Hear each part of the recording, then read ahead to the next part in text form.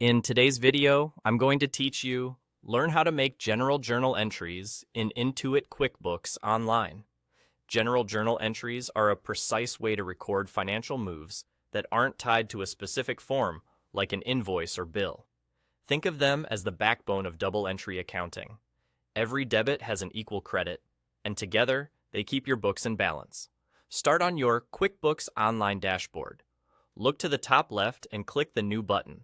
This is your gateway to creating transactions. From the menu that appears, select Journal Entry. That opens the Journal Entry screen, where you'll do the actual work. Now it's time to enter the details. At the top, confirm the date reflects when the transaction should affect your books. QuickBooks will auto-assign a journal number. You can leave it as is for consistency. If you'd like, add a memo to describe the purpose of this entry.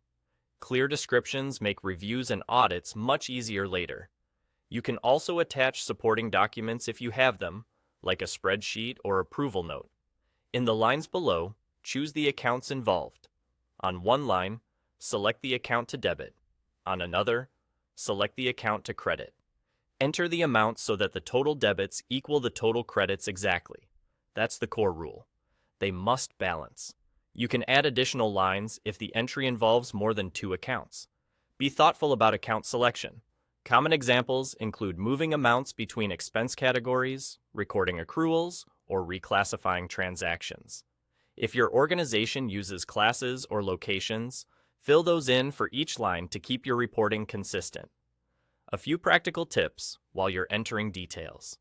Avoid using cash or bank accounts in a way that duplicates transactions you've already imported or reconciled.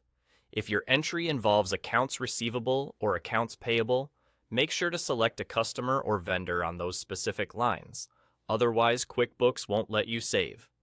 Review your amounts and accounts for accuracy, and ensure the memo clearly explains why you're making the entry. Once everything is accurate and the debits equal the credits, click Save and New.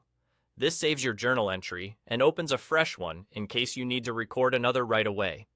If you're finished after this entry, you can simply stop there. Your work has been saved. That's all it takes. By clicking New, selecting Journal Entry, entering balance details, and saving, you can confidently record adjustments and keep your financial statements accurate and organized.